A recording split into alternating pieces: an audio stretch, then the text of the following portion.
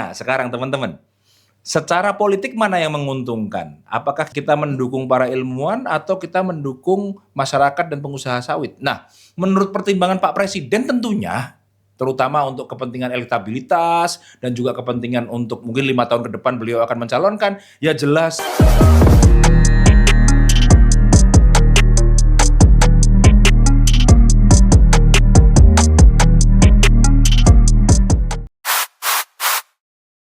Bagaimana teknik untuk menyampaikan isu-isu kontroversial? Nah, kita bisa belajar dari Presiden Prabowo melalui cara beliau untuk handling isu kontroversial, ya.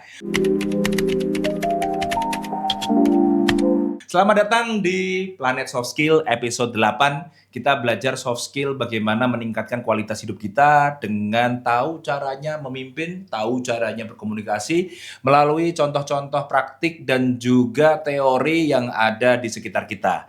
Nah, kali ini kita akan membahas beberapa pengumuman dan komunikasi yang dibuat oleh Presiden Prabowo dalam menghandling isu-isu kontroversial. Nah, langsung aja ya.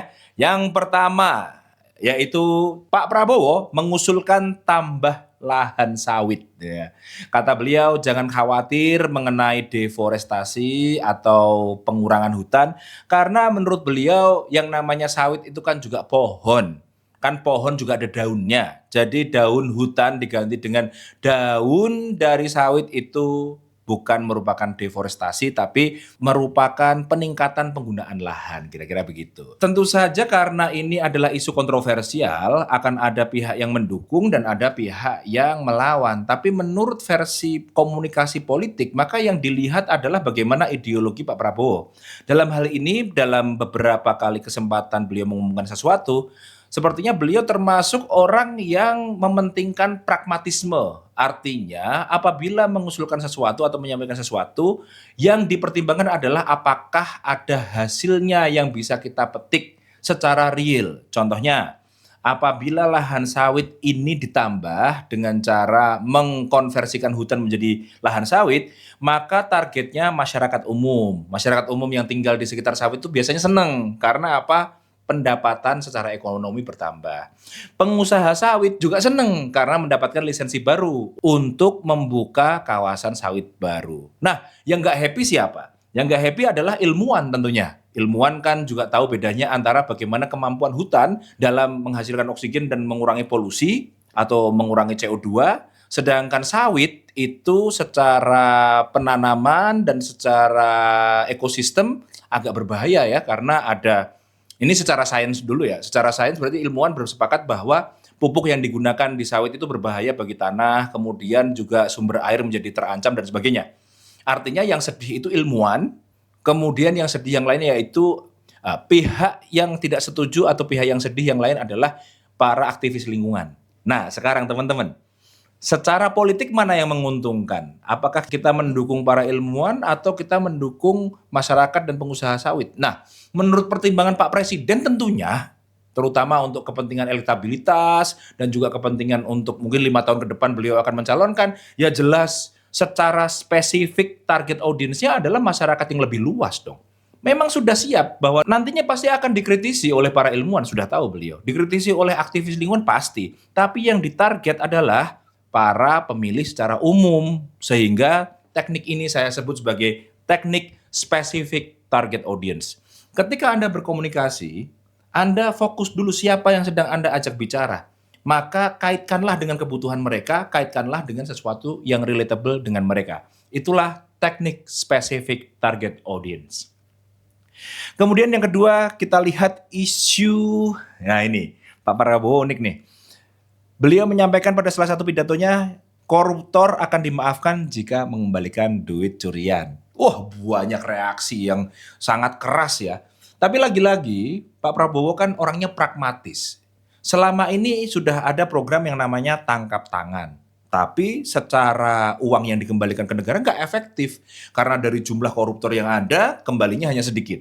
Kalau dilihat lagi ada semacam keyakinan implisit dari beliau bahwa koruptor itu terlalu banyak. Kalau ditangkapi satu-satu nanti nggak bakalan efektif juga. Makanya kalau misalnya ada sistem pengembalian uang curian atau uang korupsi dengan cara anonim, kemungkinan pasti banyak yang akan mengembalikan dengan catatan bahwa nantinya akan ada pengurangan hukuman atau bahkan dimaafkan sama sekali. Nah, teknik ini adalah teknik yang disebut sebagai extreme rationality. Oh, masa ada sih Pak rasionalisme ekstrim yang melanggar moral misalnya gitu ya? Atau orang-orang kan nggak setuju korupsi, masa dimaafkan? Sebentar. Kita bukan satu-satunya negara yang melakukan seperti itu ya. Kita lihat misalnya di Malaysia, mayoritasnya Muslim, bahkan ada peraturan syariah. Tapi bagaimana dengan judi? Diakomodasi di tempat yang namanya Genting Highland. Nah, itu salah satu cara ekstrim rationality ya. Daripada uang terbuang ke luar negeri gitu, dibuatkanlah kompleks kasino di dalamnya. Kan gitu, daripada uangnya keluar ke luar negeri. Kemudian di Thailand, banyak orang pakai ganja ilegal. Tidak ada pajak yang masuk. Akhirnya dirasionalkan, ekstrim rationality. Kemudian dilegalkanlah ganja di Thailand. Sekarang pemasukannya sampai triliunan, ya kan? Kemudian yang terakhir kita bisa lihat bagaimana pengedar narkoba di Filipina ditembak langsung ya, dibantai, ya, dikejar oleh Duterte, itu presiden yang dulu. Bagaimana ini bisa diizinkan? Padahal kalau menurut HAM internasional, pembunuhan langsung kepada pengedar narkoba itu nggak boleh. Seharusnya diadili, kemudian diberikan hukuman yang sesuai dengan kejahatan. Enggak. Oh, apa yang terjadi bersama Duterte? Ternyata Duterte malah didukung oleh rakyatnya karena melakukan pemberantasan narkoba secara efektif walaupun caranya melanggar HAM. Artinya, kadang-kadang secara politis menghandle isu kontroversial seperti koruptor ini bisa saja menggunakan extreme rationality. Ya. Dan yang terakhir, ini terbaru teman-teman, yaitu Pak Prabowo menyatakan bahwa proyek infrastruktur seperti tol, pelabuhan, bandara saya akan serahkan ke swasta, kata beliau. Banyak orang yang kemudian, wah gimana nih kalau negara ini kemudian menjadi negara full kapitalisme, swasta berkuasa.